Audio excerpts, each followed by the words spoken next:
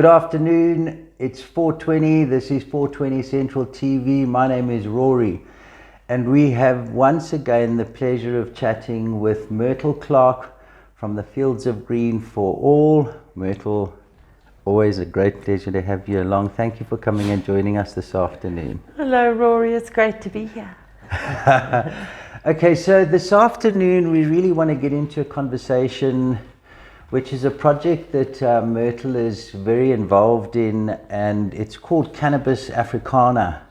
And if we can just, let's take a step back. Previously it was called Join the Queue, then Stop the Cops, and it's advanced itself, and it's now at a point of being the Cannabis Africana project. Can you talk us through a little bit of where we're going with that, what it's about, and who the team is that you're working with in there? So yes, Rory, back before the days of the trial of the plant in 2017, we always build Fields of Green for All as the evidence provider for the trial of the plant. So in order to build this body of evidence for the trial, we had to obviously consult a whole lot of experts. And in gathering all of our experts together, and over the years we were also really, really privileged to do a lot of traveling and meet people around the world, we slowly built up this network of people who have taken us in lots and lots of different directions over the years. So one of the experts for the trial of the plant was Dr. Simon Howell from UCT. And he was significantly also one of the authors of the Shaw Report that resulted in the privacy judgment in the Western Cape that was written by the Department of Criminology at UCT. And I'll never forget sitting in court in Pretoria with Simon and him saying, "You know what, Myrtle, one day we're going to get the cops. One day, I promise you," because being a criminologist and an expert on gangs, he has a lot of dealing with the South African Police Service. And then fast forward a good many years, and I was invited to join the Cannabis Africana project because the University of Bristol Department of Policy Studies was interested in doing a research project in 5 African countries. So that would have been South Africa, Zimbabwe, Kenya, Ghana, and Nigeria. And in 2022, I had the privilege to actually fly to Nigeria for a big drug and addiction conference. It was very intense, but I met the team from the Cannabis Africana project there. And I also remember saying to them, it's all very well researching the state of play of cannabis in these 5 countries, but then what happens to that research? And they said, well, hold the thought. And so fast forward 4 years and we finished up the project. I was again really privileged to travel to Bristol in the UK to go and see my colleagues that I've been working with for 4 years and wrap up the project and help write the reports on what is happening with our favorite plant on our favorite continent. And I again reminded them, we need implementation of this research, otherwise it's just going to sit on the shelf. Absolutely. So they said, yes, very well, a good idea. They had also been thinking about implementation, and that's what this is. So as far as our general big police reform project is, this is the trailer to the movie. So this is the part with UCT and University of Bristol where we gather the input from the community. Because just as happens when South Africa wants to pass a new law, they put it out for public comment. So basically we are putting our project, our Cannabis Africana project, out for public comment as we move into this phase of implementing the outcomes of the research. And this particular phase of the project lasts for 6 months. And I'm very, very privileged to work with the Bristol team, which is Dr. Clemens Rusenga from Zimbabwe, Clarence has become a brother, and he is got his PhD in land and agrarian studies. And then we have Dr. Neil Carrier, who is an expert on Kenya and primarily the cut plant, which is really interesting. But you know, the economies of prohibited plants are really worth some close scrutiny, because they're so tied up with traditional values, traditional economies, traditional practices in Africa. And there's lots that we can learn from the cut plant, and it's certainly been great to have Neil on board. And then we have Professor Gernot Kleinschnig, who hails from Austria but lives in Bristol, and he is head of the Department of Policy Studies, and his speciality is Nigeria. So West Africa is certainly his area of focus, but as we know, Nigeria is still under full prohibition. He's been working with the people from CRISA, which are the people who do research into addiction studies in West Africa. So he knows the patterns of how the governments work, how the polices work, what the general feeling is on the ground. Nigeria being the largest consumer of cannabis in Africa, in the whole continent. And then we have Dr. Maria Goretti Loglo from Ghana. She is an attorney. She works closely with the Ghanaian government. She's also primarily from the IDPC, which is the International Drug Policy Consortium, which is an incredibly influential international NGO concerned with reforming drug policies. So it's really great to have Maria Goretti on our side from Ghana. So that's our Cannabis Africana team. And then here in South Africa, it's myself and Simon from UCT. And then, of course, a whole lot of other experts from around the world. Because there's, in each country where you get that cannabis laws have been reformed, you get experts on that law reform, and as a result, experts on policing.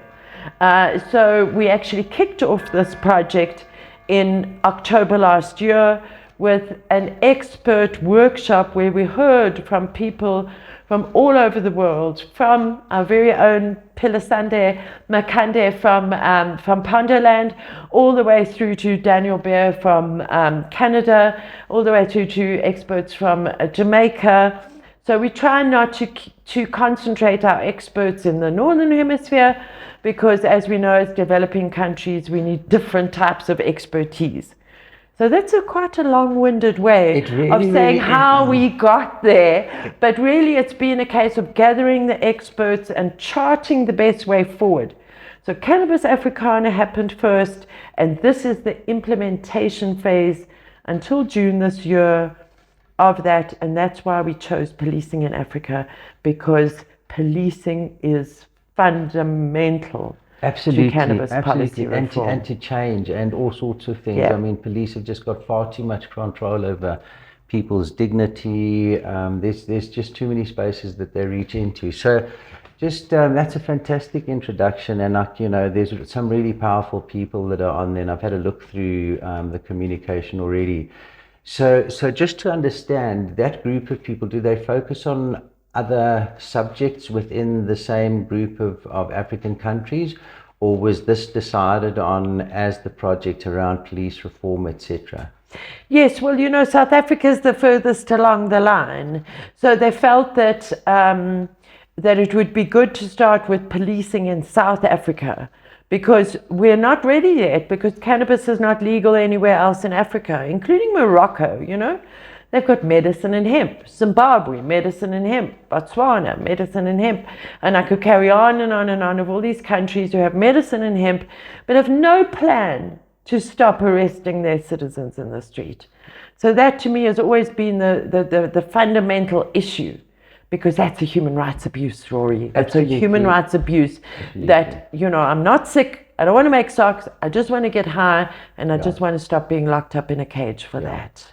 So Myrtle, try and unpack for me, you've been in this for a really long time. I mean, I've been to expos and I've seen you in a position where you've been really irate at how police have treated people in this country. Where do we start to try to unpack police reform? Where do we start? What do we have to do to try to get that communication going between us who want to be a legitimate industry and them that are completely hindering the process? Where do we begin with that communication? You begin right at the top. You really do. There's no other way to do it. You know, over the last 15, going on 16 years, I can't tell you how many police stations I've visited, how many policemen I've spoken to, police who are for, police who are against. And, you know, Jules and I used to, whenever we traveled around the country, if we were in a town, we'd go to the local police station, tell them who we are. I think the Rastafari community have been incredible with their activism over the years, holding marches at police stations. But we know from the directive that was issued after the Pakisa in 2023, it was a directive issued to the police right from the top saying they must not lock us up in cages anymore. You know, this whole thing of arresting us on a Thursday and then they keep you locked up until Monday and then you've got to go to court and all of that. Now, we know from the success of that directive, or the not success of that, the failure of that directive. Yeah, absolutely. They're trying to approach this issue on a police station by a police station or cluster by cluster basis just doesn't work. And that's where our expert, Simon Howell, comes in. He comes in because he works with the police. And so for us as activists, we've got to do a little bit of a shift, because we started out with Join the Queue, where people could get their cases put on hold. Then it moved to Stop the Cops. But now we have to kind of put our pride in our pockets and go to the police and explain to them, obviously, first the status quo, and then work with them to change this quota system, because that's what is at the base of all of it. What is that, the quota system? So the quota system, if you imagine a scenario that on a Monday morning, the station commander gets all the officers together and gives them the brief for the week. I mean, I'm not sure if it works like this, but just imagine that's how it works. Then he'll say to them, okay, so we've got a real problem with car theft on that road, or there's something going on here, or there's some unhappy communities there. These are the things that we need to concentrate on.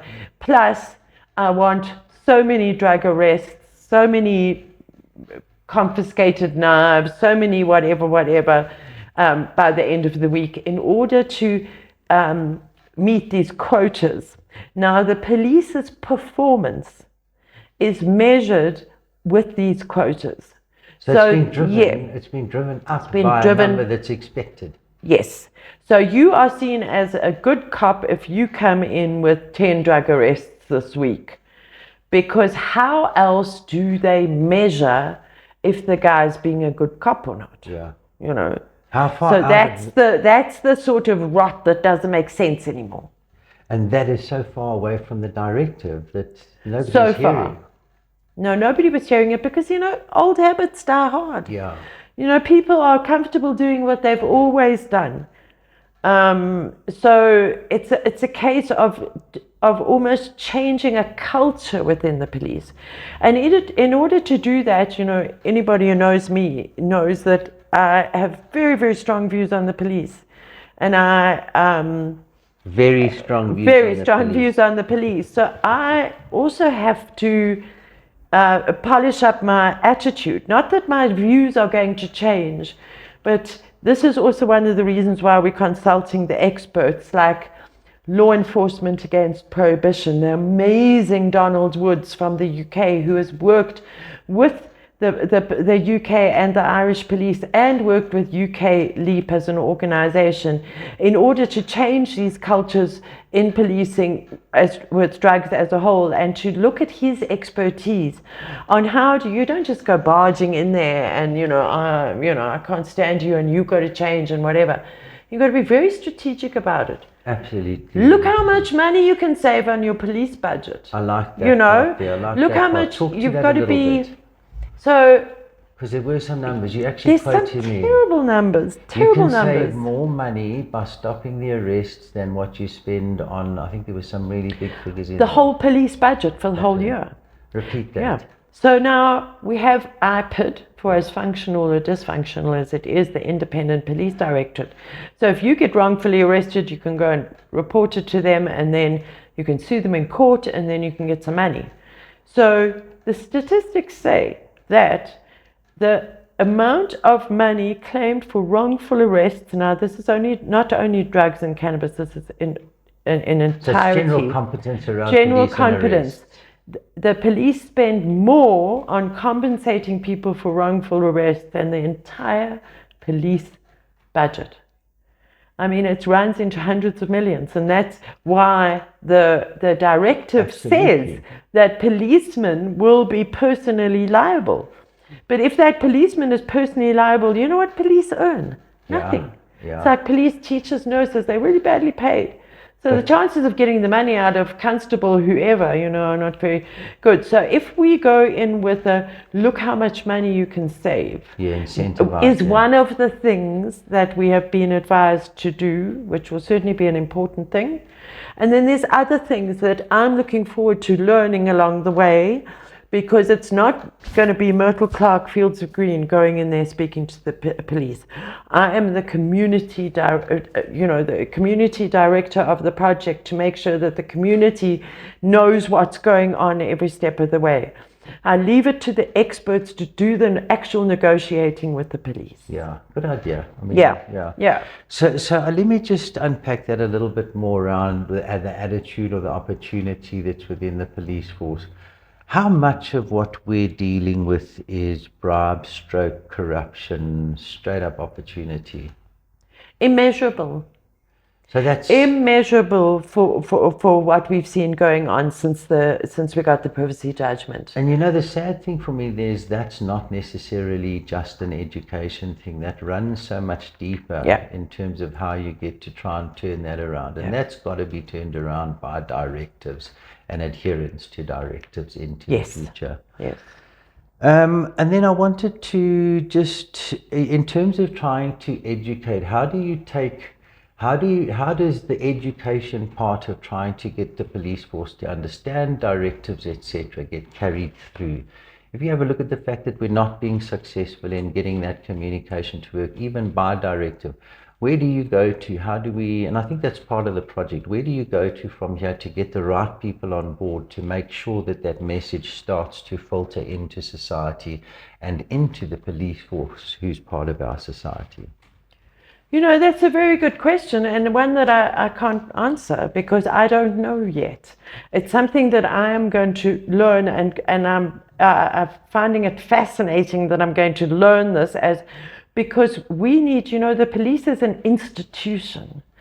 And so we have to work within those institutional and very hierarchical framework. So I think changing the culture from instilling fear to understanding and solutions is going to be the main challenge for me. And how we're going to do that, I'm not sure. But the one thing that we know is that we can educate our communities on, and we have been for 15 years, on how to deal with the police. And hopefully going forward, we can get rid of the fear.